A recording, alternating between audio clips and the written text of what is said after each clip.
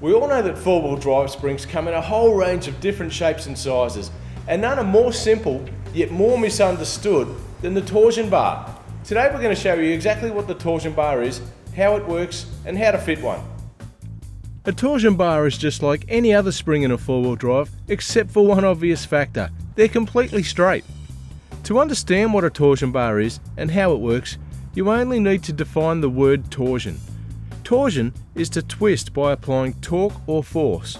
So while a coil will compress under load and then uncoil to rebound, a torsion bar will twist under load and then return to its neutral position.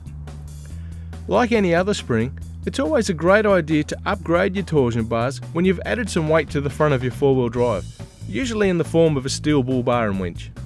Let's take a look at how simple it is to change torsion bars by using this typical D22 Navara. The first step is to take a before measurement on even ground, as this will provide a reference point for setting the ride height of the vehicle after the installation process. Today we're lucky enough to have access to a hoist, just to show you how easy it is to do the job, but a set of sturdy chassis stands will be all you need to do this job at home. With the four-wheel drive safely suspended by the chassis, the next step is to take a marker and carefully mark how far the splines need to be inserted at either end of the torsion bar. Then we can loosen and remove the jam nut on the anchor arm bolt.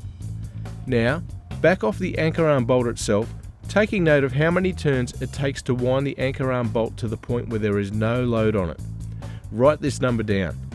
Once you have no load on the bolt, continue to undo it and remove it completely. Now it's simply a case of sliding your old torsion bar out from the vehicle.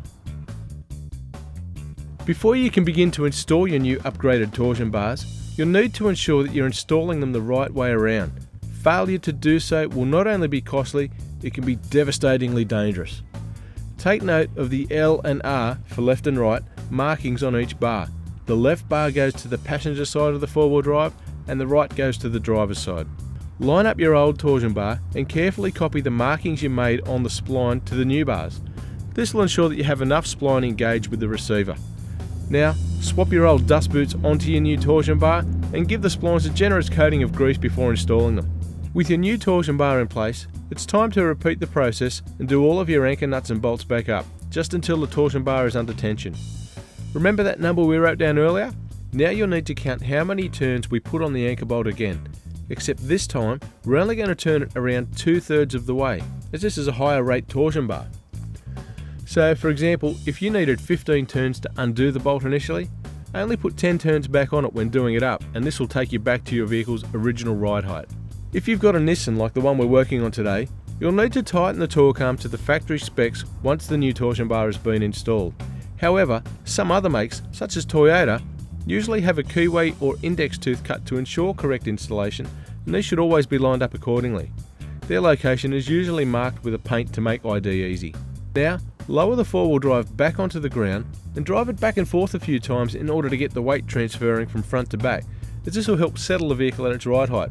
Check the ride height measurements, and once you're happy, double check that you have around 70mm of droop. Do this by jacking the front end up until a wheel leaves the ground and remeasure the wheel to guard measurement, just like we did earlier. Now it's simply a case of tightening up your old luck nuts and you're ready to hit the bush. To find out more about Tough Dog's great range of torsion bars and other four-wheel drive suspension components, head to toughdog.com.au.